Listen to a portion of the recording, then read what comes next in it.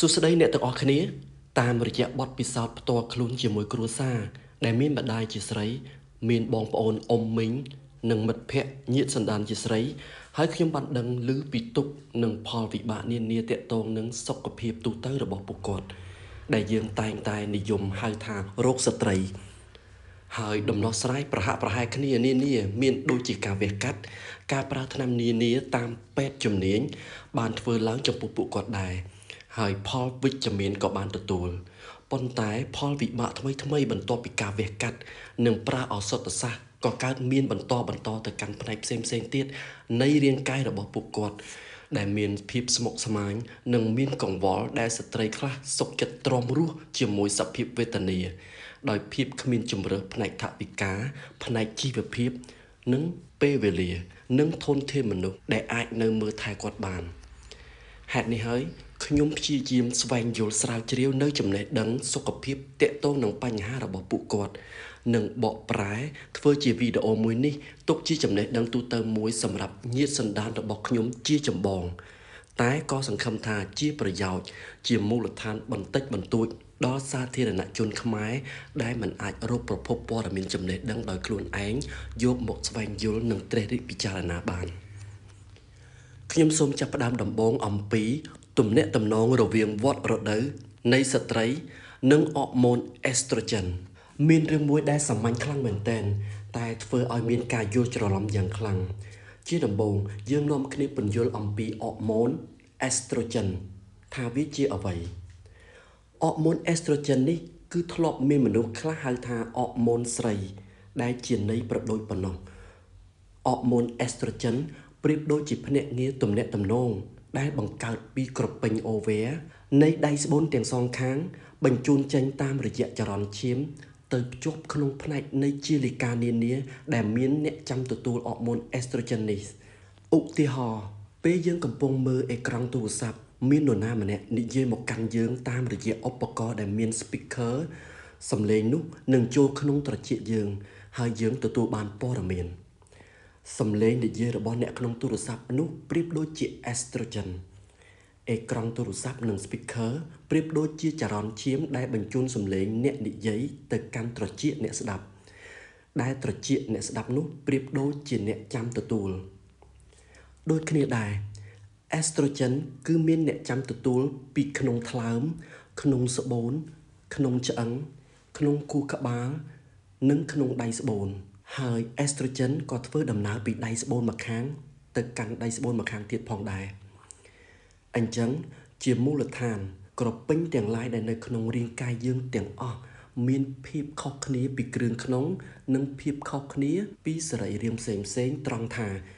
ក្រពេញផលិតអរម៉ូនរីឯគ្រឿងក្នុងផ្សេងទៀតគឺអត់ផលិតអរម៉ូនទេលើកលែងតែថ្លើមពីព្រោះថ្លើមទោះមិនមែនជាក្រពេញតែក៏ជាសរីរាង្គដែលផលិតអរម៉ូនដែរបកមកវិញក្រពេញអូវែរឬក្រពេញដៃស្បូនជាអ្នកផលិតអរម៉ូនមួយហើយអរម៉ូនក្នុងមនុស្សគឺជាអ្នកទំនាក់ទំនងហើយអរម៉ូនដែលយើងនឹងនិយាយនៅពេលនេះគឺអំពីអរម៉ូនអេស្ត្រូចិនជារៀងរាល់ខែដៃស្បូនមួយក្នុងចំណោមទាំងសងខាងរបស់ស្ត្រី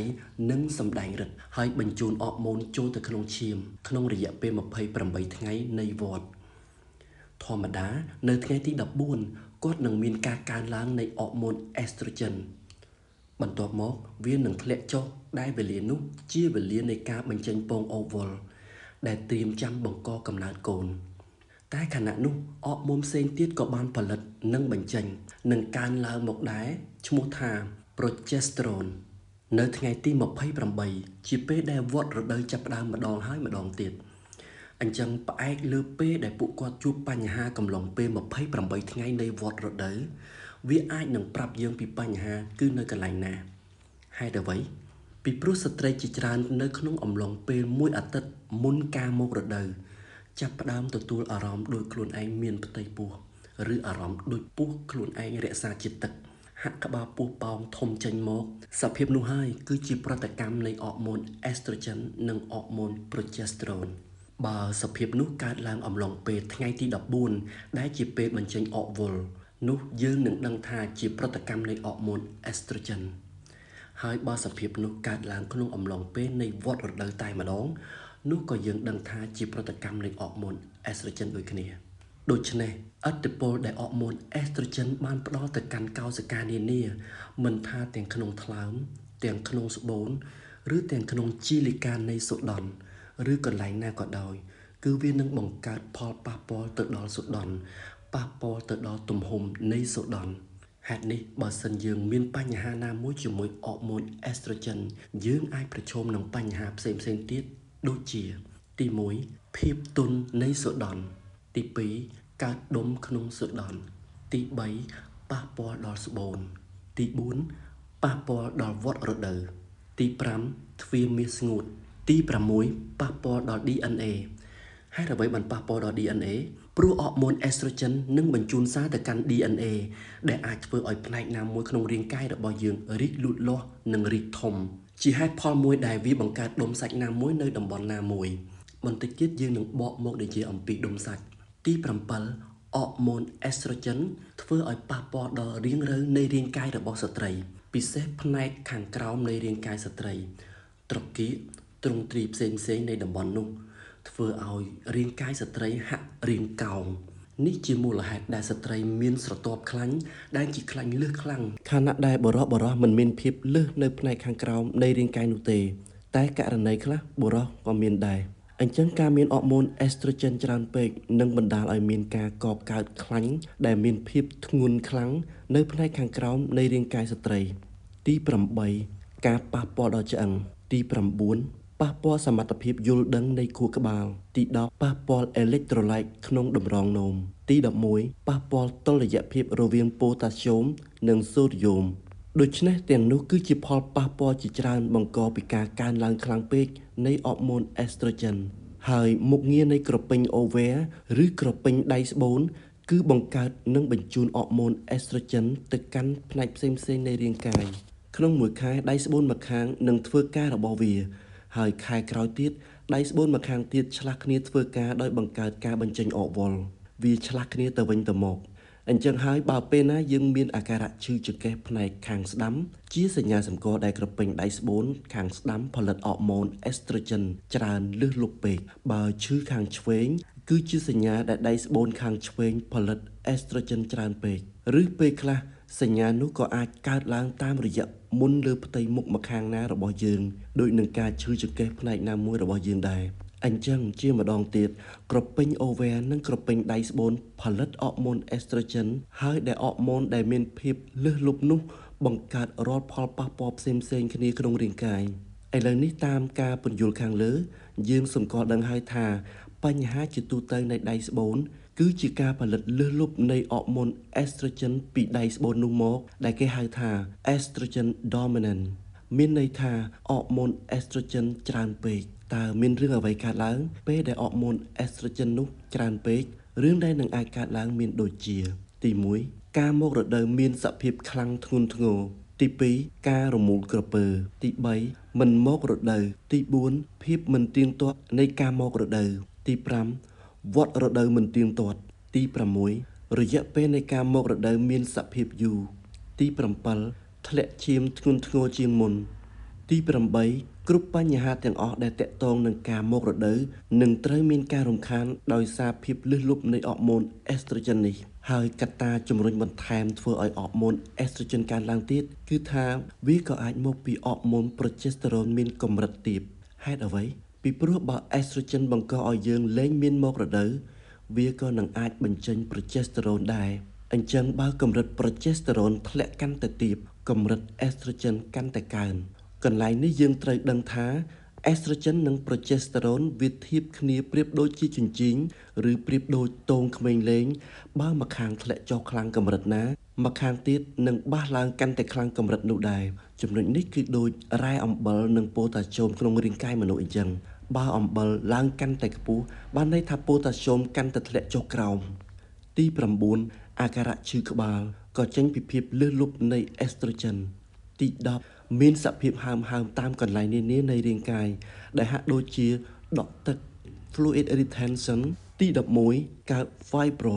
fibroid គឺជាដុំសាច់ដែលលូតលាស់ក្នុងស្បូនឬលើស្បូន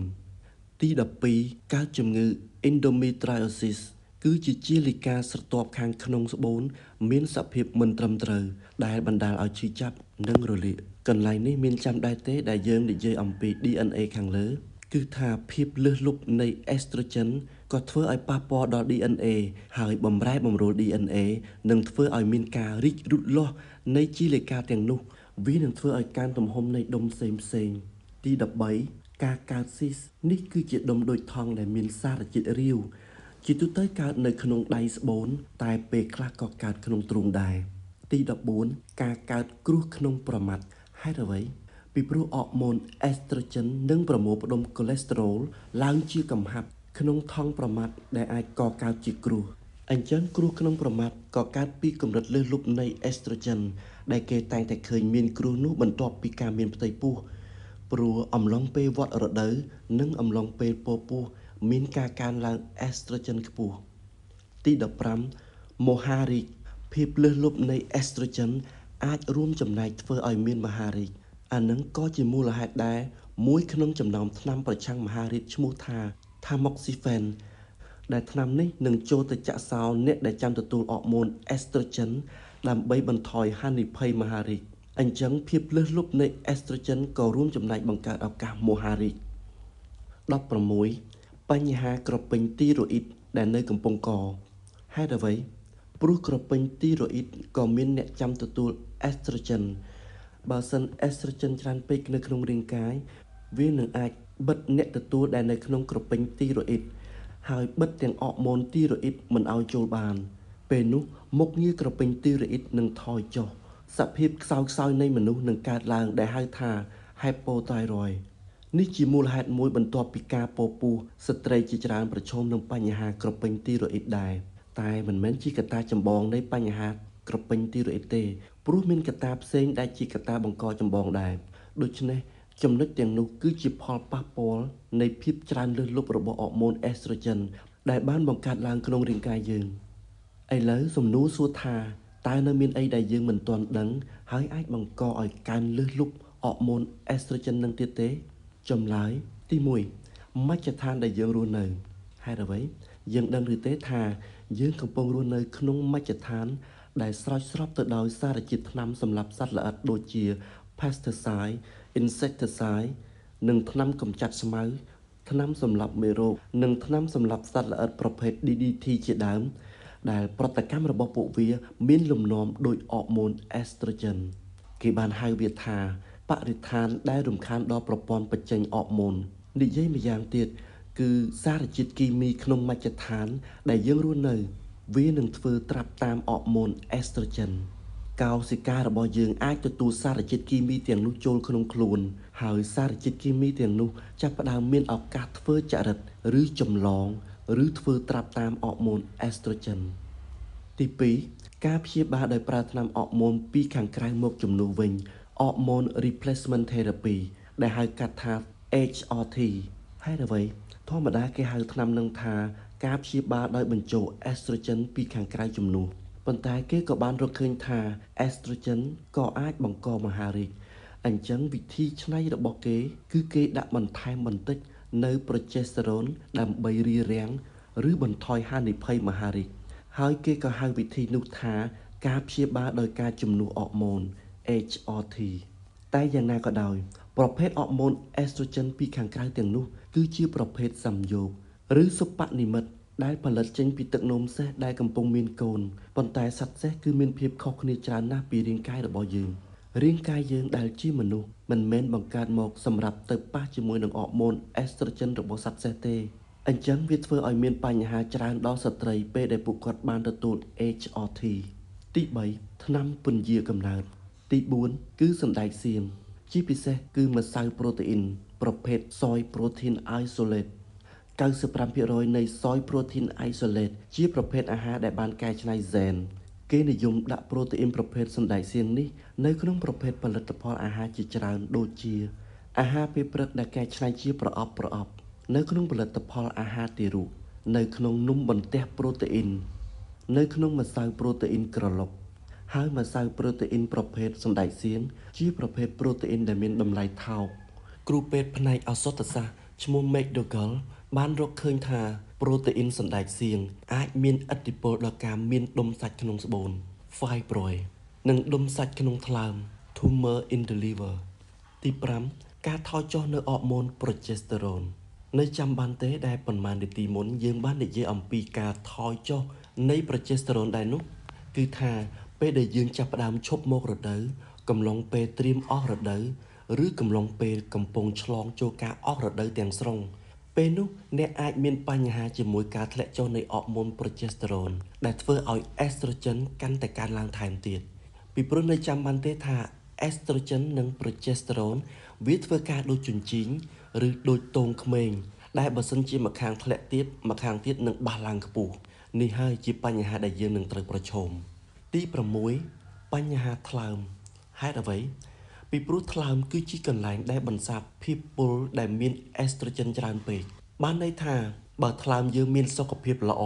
ថ្លើមនឹងនៅតែមានសមត្ថភាពជំរុញភាពច្រើនលើសលប់របស់ estrogen ប៉ុន្តែបើសិនជាយើងចាប់ផ្ដើមមានស្ថានភាពដូចជា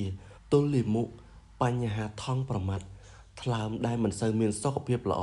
ដោយសាររបបអាហាររបស់យើងមិនត្រឹមត្រូវនោះយើងនឹងមិនមានលទ្ធភាពបំបែកបរិមាណលើសសន្ធឹកនៃអរម៉ូន estrogen ទាំងនោះឡើយពេលនោះរាងកាយយើងប្រៀបដូចជាអ្នកទោសមួយកម្រិតទៀតដែលអសមត្ថភាពគ្រប់គ្រងភាពច្រើនលើសលប់នៃអរម៉ូន estrogen ឥឡូវខ្ញុំសូមបង្វែរអារម្មណ៍អ្នកទាំងអស់គ្នាមកចំណុចនៃបញ្ហាមួយពេលដែលស្ត្រីអស់រដូវទាំងស្រុងស្ត្រីភាគច្រើនបានត្អូញត្អែអំពីស្ថានភាពដែលខ្លួនលែងមានអរម៉ូន estrogen ពេលដែលពួកគាត់ចូលដំណាក់កាលអស់រដូវទាំងស្រុង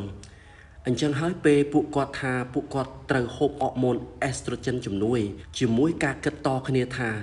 បើមិនហូបអរម៉ូន estrogen ជំនួយទេពួកគេនឹងអាចប្រឈមជាមួយជំងឺវង្វេង Alzheimer ជំងឺពុកឆ្អឹង osteoporosis ឆាប់ចាស់និងជំងឺបេះដូងតែតាមការពិតអត់មានការសិក្សាស្រាវជ្រាវណាមួយដែលបញ្ជាក់បង្ហាញថាពិតនោះទេហើយការសិក្សាស្រាវជ្រាវទាំងនោះមានតិចណាស់អំពីករណីមួយនេះដុកទ័រជាច្រើននៅអាមេរិកបានសួររកអំណះអំណាងបើមានហើយដុកទ័រទាំងនោះបានស្នើស្ត្រីថាបើនរណាម្នាក់ប្រាប់អ្នកបែបហ្នឹងសូមសួររកអំណះអំណាងពីព្រោះពួកគាត់ពិតជាចង់ដឹងចង់ឃើញភស្តុតាងតែភាគច្រើនពួកគាត់មិនដែលបានទទួលលទ្ធផលពីឯកសារណាថាពិតនោះទេបកមកវិញ